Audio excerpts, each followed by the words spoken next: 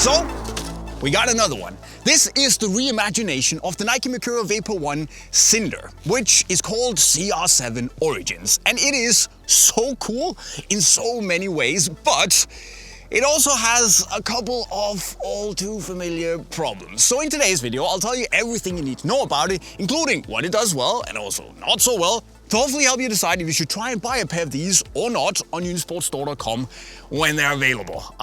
So yeah, let's just do it. So, the Cinder Vapor 1. The first colorway, the memories, one of the very symbols of a new era for football boots. And back then, the peak of football boot innovation. But the thing is that this is not just a reference to the very first colorway of the Vapor 1. No, it's a little bit more special than that. The name CR7 Origins kind of gives it away, because on the insole there is a number with a reference to a date, 14/08/2002, which is the 14th of August 2002, where a really young Cristiano Ronaldo got his official debut for Sporting in a Champions League qualifying match against Inter Milan, where of course he wore the Cinder colorway of the Vapor 1. Then, of course, he played a bit for Sporting, played that friendly against Manchester United, got bored, and the rest, as they say, is truly history. And to make the circle complete, Cristiano himself will actually be the only pro player to wear this, which is kinda cool. But you know what would have been even cooler, Nike? If you had waited with bringing this out until Cristiano actually played his last ever match as a pro. And I don't think he's about to retire anytime soon, so we might have to wait a bit, but just imagine that the Cinder Vapor 1 was the first boot he wore as a pro in an official match, and the last boot as well. Now tech-wise, this is exactly the same as what Nike gave us on the Chrome Lime Vapor 1 Regen, meaning that it is not a one-to-one remake, but rather a modern interpretation of that original Vapor 1. And that's probably a good thing, because instead of using that really stiff one-piece Nike skin material, Nike have instead used a one-piece Fly Touch material instead, which is this synthetic leather material and a variation of what you know from the Tiempo boots. Now what they also have is this little fold-over tongue, which, to be fair, is probably the most pointless variation of a fold-over tongue ever, but it looks really cool, so I don't mind. And also it has these nice little debossed wavy stripes on the side. And the whole upper has then been slapped on top of the outsole from the Vapor 16 Elite. Which is a bit funny, because that outsole does not have an external heel counter. The Vapor 1 did, so Nike kinda had to slap another synthetic piece over the heel to make it look like one. To be honest, it doesn't look all that premium. I mean, it's a little, yeah. But from far away, it looks okay. And the reason Nike have gone down this route, I assume at least, because they haven't exactly told us, was that from a fit and comfort point of view, the original Vapor 1 was kinda brutal, if I'm honest. The upper is very stiff, and you just had to live with getting like super nasty blisters if you wanted to wear it. That was just the name of the game back in 2002, but in 2025, it doesn't have to be like that anymore. So Nike have changed up a lot of things, and while the Fly Touch material here actually manages to, mimic the original Nike skin upper pretty well, it's just a lot softer. Like it doesn't, night and day, it doesn't even really compare. But what Nike have also done is to make the general shape a little bit wider and, should you say, more generally appealing compared to the super thin, ultra slim, some people would call it downright uncomfortable fit of the original Vapor 1.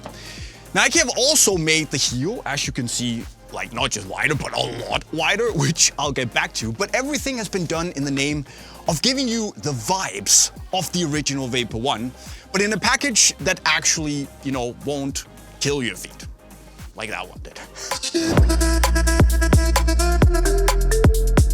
And while I wouldn't even, consider wearing an OG Vapor 1 in 2025, even in my wildest dreams, I will say that this is actually rather enjoyable. At least, the front half of the boot. And I'll explain why in a bit. But my initial feeling is that it's great to have a synthetic Vapor back. that we can enjoy. That, to me, is how a Vapor should feel. And this Fly Touch upper here, despite maybe having a little bit of a pointy shape in the toe box and giving me a bit of a snug fit where I really feel the upper around my toes, after, just 30 minutes of playing in these, you just get that initial break-in and it becomes even softer than it is out of the box and actually quite enjoyable. It is a snug fit, it's rather sleek and streamlined, but you just get that sharp, direct, and almost pingy sensation on the ball that only a tight-fitting synthetic speed boot can give you. That only an OG Vapor can give you. And that's what you're getting here. I really enjoy that. The problem is, however, that there's also a back part of the boot, which just like on the Chrome Limes, it doesn't really feel as if it's the same boot as the front part, where I would say that it's business in the front, but not really party in the back. It's just kind of laziness in the back, because due to this really, really wide, big heel opening, I don't really get the lock-in that I want. It doesn't really fit my heel tight enough, so it just feels a little bit, choppy and bulky, but also loose around my heel.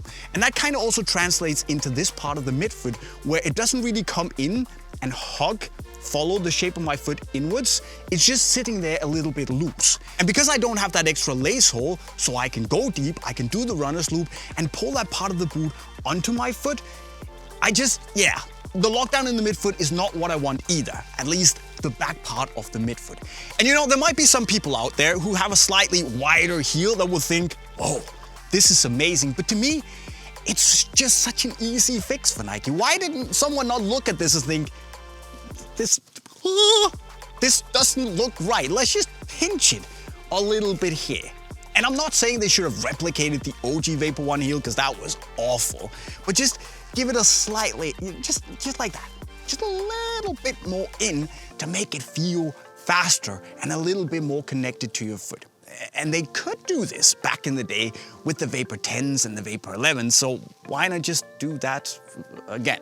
What I'm also gonna say is that while I love the Vapor 16 Elite outsole here, especially the responsiveness and the snapback and also the stud shape and positioning, I don't mind the Zoom Air bag, but I just think that being a Vapor 1 reimagination, giving you that OG Vapor feel, it would have been interesting if Nike had slapped the Vapor 16 Pro outsole without the Zoom Air unit in the forefoot on instead, to give you that more traditional direct sensation as well. So really nice. Definitely needs to be improved. There is so many good things going on with the boot, and Nike are onto something, especially in the front half of the boot, which genuinely feels amazing to me. But then again, there is just this gigantic stumbling block in the heel that's in the way of the CR7 Origins being the big W that I really wanted it to be. And it's just a shame, really. They were really close. With that said, will I still be wearing these and feeling like a baller doing so? I'll be honest, I absolutely will. And if you're like me and you want the CR7 Origins on your foot with the Vapor 1 Cinder vibes, you can get it in the link to Unisport right over there. Of course, also, don't forget to tell me what you think of the boot in the comment section right down below. Subscribe to the channel with the notifications on and like the video if you had a good time. All the jazz, you know the drill. And with those words, I'll be signing off. Cheerio.